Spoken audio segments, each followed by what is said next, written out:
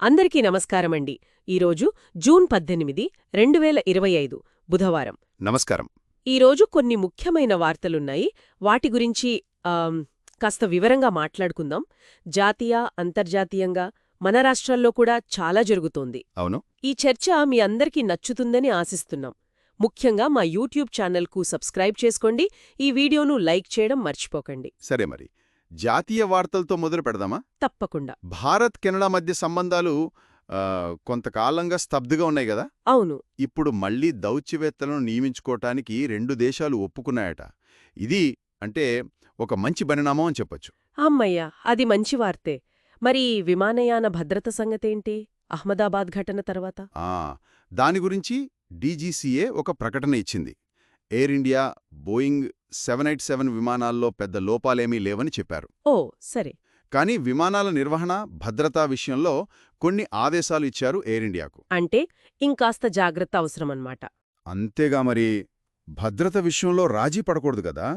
ఇక యోగా దినోత్సవం దగ్గర పడుతోంది. అవును, జూన్ 21. ప్రధాని మోదీ గారు ప్రజలంతా, ముఖ్యంగా గ్రామీణ ప్రజలు పెద్ద ఎత్తున పాల్గొనాలని పిలుపునిచ్చారు. మంచిదే. రాజకీయాల్లోకొస్తే అఖిలేష్ యాదవ్ గారు, సమాజ్వాదీ పార్టీ. వాళ్ళు 2027 యూపీ ఎన్నికల్లో కూడా ఇండియా కూటమితోనే ఉంటామని చెప్పారట. సరే. ఇక అంతర్జాతీయ విషయాలు చూద్దాం. ఇరాన్, ఇజ్రాయెల్ మధ్య పరిస్థితి చాలా సీరియస్గా ఉంది కదా? అవును, చాలా అంటే చాలా ఉద్రిక్తంగా ఉంది. పశ్చిమాసియాలో టెన్షన్ బాగా పెరిగింది. ఇజ్రాయెల్ యుద్ధ విమానాలు ఇరాన్పై దాడులు చేస్తున్నాయి. ఈ దాడులు ముఖ్యంగా ఇరాన్ అణుకేంద్రాల మీదనే అని అంటున్నారు. అవును, ఫోర్డో లాంటి భూగర్భ కేంద్రాలను టార్గెట్ చేస్తున్నారట. వాటిని ఛేదించడానికి బంకర్ బస్టర్ బాంబులు వాడాల్సి వస్తుందని నిపుణులు అంచనా వేస్తున్నారు. అంతేకాదు, ఇజ్రాయెల్ లైట్నింగ్ షీల్డ్ అనే కొత్త రక్షణ వ్యవస్థను కూడా రంగంలోకి దించిందంటున్నారు. పరిస్థితి చాలా తీవ్రంగా ఉంది. అమెరికా స్పందన కూడా అంతే వేడంగా ఉంది. అవును, అధ్యక్షుడు ట్రంప్ G7 సదస్సు నుంచి అర్జెంటుగా వెనక్కి వచ్చేశారు.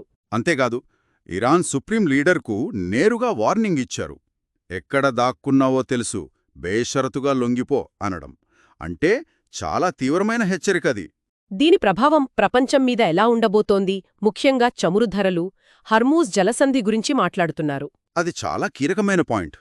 హర్మూజ్ జలసంధిని మూసేస్తామని ఇరాన్ హెచ్చరిస్తే ప్రపంచ చమురు సరఫరాకు పెద్ద ఆటంకమేర్పడుతుంది. ధరలు విపరీతంగా పెరిగిపోతాయి. ఖచ్చితంగా. ఆర్థిక వ్యవస్థ దెబ్బతింటుంది. ఇంకోవైపు ఇరాన్లో ఉన్న మన భారతీయులు, ముఖ్యంగా విద్యార్థులను వెనక్కి తీసుకురావడం కూడా పెద్ద సవాలే. నిజమే. ఈ గొడవ ఇలా ఉంటే రష్యా ఉక్రెయిన్ యుద్ధం ఇంకా కొనసాగుతూనే ఉంది. కీవ్పై దాడుల్లో మళ్లీ ప్రాణనష్టం జరిగింది. అవును, 15 మంది చనిపోయారు, చాలామంది గాయపడ్డారు. అంతర్జాతీయంగా ఇలా ఉంటే ఒక మంచి వార్త ఏంటంటే, చెప్పండి. ప్రఖ్యాత MITకి ప్రొవోస్ట్గా మన భారత సంతతికి చెందిన ప్రొఫెసర్ అనంత చంద్రకాశన్ నియమితులయ్యారు. అద్భుతం! ఇది నిజంగా గర్వించదగ్గ విషయం. సరే, మన రాష్ట్రాల విషయానికి వద్దాం. ఆంధ్రప్రదేశ్లో మద్యం కుంభకోణం కేసులో ఒక కీలక పరిణామం. అవును, చంద్రగిరి మాజీ ఎమ్మెల్యే చెవిరెడ్డి భాస్కర్ రెడ్డిని అరెస్ట్ చేశారు. సిట్ అధికారులు బెంగళూరులో అరెస్ట్ చేశారట. గత ఎన్నికల్లో ఓటర్లకు డబ్బు పంచడానికి ఈ సొమ్ము వాడారనే ఆరోపణలున్నాయి గదా? అవును, ఆ దిశగానే దర్యాప్తు జరుగుతోంది. ఇది రాజకీయంగా పెద్ద దుమారమే రేపుతోంది. మరోవైపు అమరావతికి కేంద్రం నుంచి నిధులొచ్చాయి. అది మంచి పరిణామం. రాజధానిలో ఉమ్మడి కేంద్ర సచివాలయం, ఉద్యోగుల క్వార్టర్స్ కోసం సుమారు 2787 కోట్లు మంజూరు చేశారు. అలాగే ప్రభుత్వం కొన్ని నిర్ణయాలు తీసుకుంది. సింగిల్ యూజ్ ప్లాస్టిక్ నిషేధం, దివ్యాంగులకు వాహనాలు వంటివి. అవును, అక్టోబర్ 2 నాటికి 17 కార్పొరేషన్లలో ప్లాస్టిక్ నిషేధం అమలు చేయాలని సీఎం ఆదేశించారు. దివ్యాంగులకు 100% సబ్సిడీతో త్రిచక్ర వాహనాలు ఇస్తున్నారట. 5 లక్షల మందితో యోగాంధ్ర 2025 అని ప్లాన్ చేస్తున్నారు. అయితే గోదావరి బణకచెర్ల ప్రాజెక్టు విషయంలో తెలంగాణతో మళ్లీ వివాదం మొదలైంది. అవును, ఏపీ జలవనరుల మంత్రిగారు తెలంగాణ తమ రాజకీయాల కోసం ప్రాజెక్టును అడ్డుకోవద్దని అంటున్నారు. మరి తెలంగాణ వైపు చూస్తే వాళ్లు ఇదే ప్రాజెక్టును అడ్డుకోవడానికి అఖిలపక్ష సమావేశం పెట్టాలని నిర్ణయించారు. ఇది మళ్లీ నీటి యుద్ధమేనా? చూడాలి. తెలంగాణలో ఇంకో hot topic phone tapping case. అవును, దాని దర్యాప్తు వేగంగా జరుగుతోంది. బాధితులు సిట్ ముందుకు వచ్చి వాంగ్మూలాలు ఇస్తున్నారు. పీసీసీ అధ్యక్షురాలు షర్మిల గారి ఫోన్ కూడా ట్యాప్ అయిందని ఆరోపణలు వినిపిస్తున్నాయి. దానిపై కేటీఆర్ గారు లీగల్ నోటీసులు కూడా ఇచ్చారు గదా మహేష్ కుమార్ గౌడ్ గారికి. అవును, రాజకీయంగా వేడి పెరిగింది. మేడిగడ్డ బ్యారేజీ విషయం కూడా ఉంది. కుంగిన ఘటనపై ఇంజనీర్లకు నోటీసులు ఇచ్చారు. 38 మంది ఇంజనీర్లకు షోకాజ్ నోటీసులు జారీ అయ్యాయి. మరోవైపు రైతు భరోసా రెండో విడత నిధులు విడుదలయ్యాయి. ఎంత మొత్తం? 3 ఎకరాలలోపు రైతులకు సుమారు 1551 కోట్లు విడుదల చేశారు. గో సంరక్షణపైన సీఎం దృష్టిపెట్టారు. ఒక సమగ్ర విధానం తీసుకురావాలని ఆదేశించారు. సరే, ఇన్ని జరుగుతుంటే స్టాక్ మార్కెట్ ఎలా స్పందించింది? ఇరాన్, ఇజ్రాయెల్ ప్రభావం ఉందా? ఉంది, స్పష్టంగా ఉంది. సూచీలు నష్టాల్లో ముగిశాయి. ముఖ్యంగా metal, oil and gas, pharma షేర్లలో అమ్మకాల ఒత్తిడి కనిపించింది.